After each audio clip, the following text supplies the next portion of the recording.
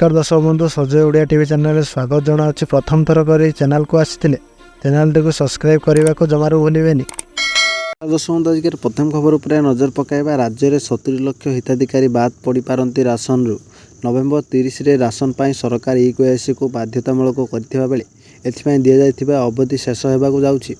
आउ हाथ में 10 दिन रही हेले एजाए 70 लाख परी हिताधिकारी करना ई-केवाईसी। राज्य में मागणा चाउल 3 कोटी 36 लाख 35,918 हिताधिकारी नाँ रही एजाए 2 कोटी 66 लाख ई-केवाईसी हो सारी।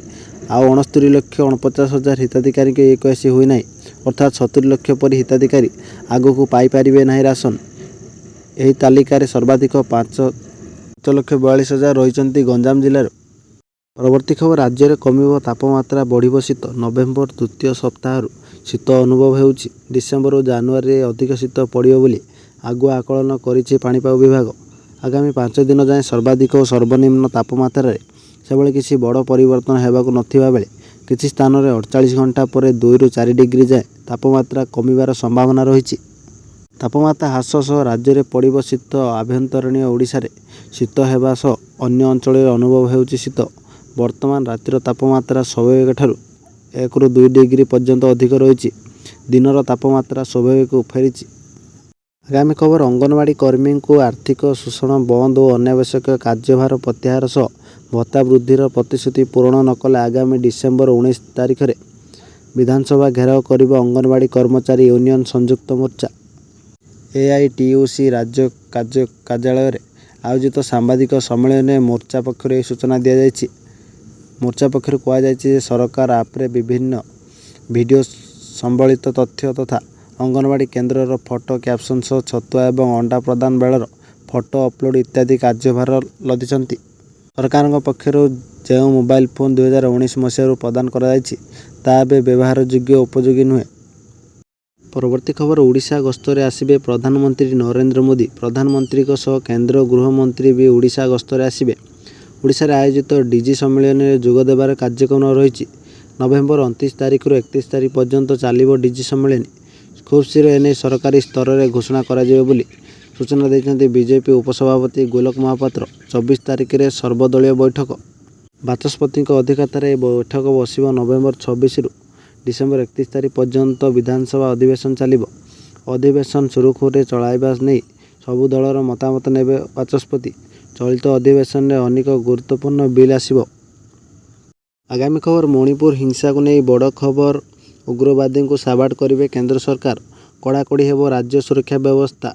50 सीआरपीएफ कंपानी को मणिपुर को पठाई केंद्र गृह मंत्रालय। मोट 50,000 जवान एवं मणिपुर संवेदनशील स्थान को जगिबे।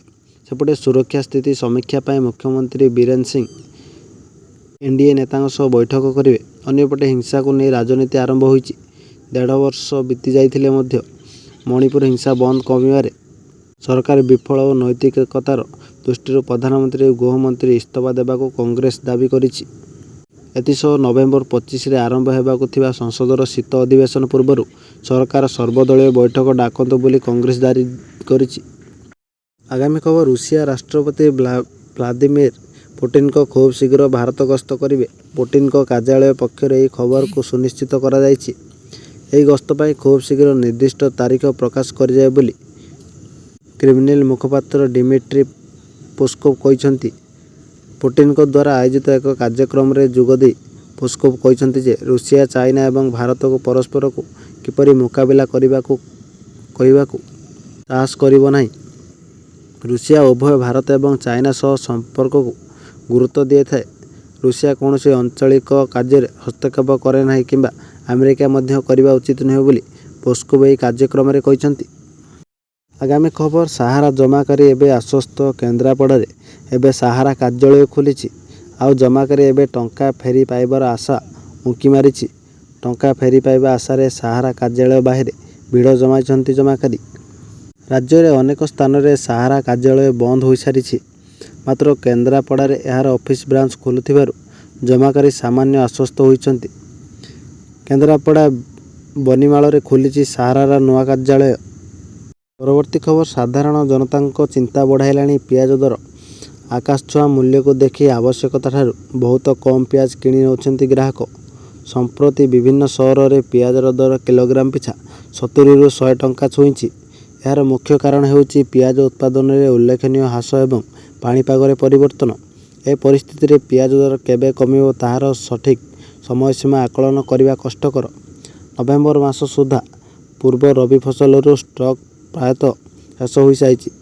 ମହାରାଷ୍ଟ୍ର ଓ ମଧ୍ୟପ୍ରଦେଶ ଭଳି ପ୍ରମୁଖ ଉତ୍ପାଦନକାରୀ ରାଜ୍ୟରେ ବର୍ଷା ଯୋଗୁଁ ନୂତନ ଫସଲ ବିଳମ୍ବିତ ହେଉଛି। ବିଗତ କିଛି ବର୍ଷ ମଧ୍ୟରେ ସମଗ୍ର ଦେଶରେ ପିଆଜ ଉତ୍ପାଦନରେ ଦ୍ରୁତ ହ୍ରାସ ଘଟିଛି।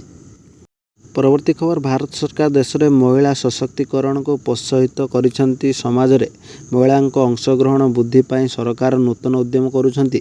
ବିଶେଷ କରି ସରକାର ମଧ୍ୟ ମହିଳାମାନଙ୍କ ପାଇଁ ବିଭିନ୍ନ ପ୍ରକାରର ଯୋଜନା ପ୍ରସ୍ତୁତ କରୁଛନ୍ତି, ଯାହାଦ୍ୱାରା ମହିଳାମାନେ ଯଥାସମ୍ଭବ ଉପକୃତ ହୋଇପାରିବେ।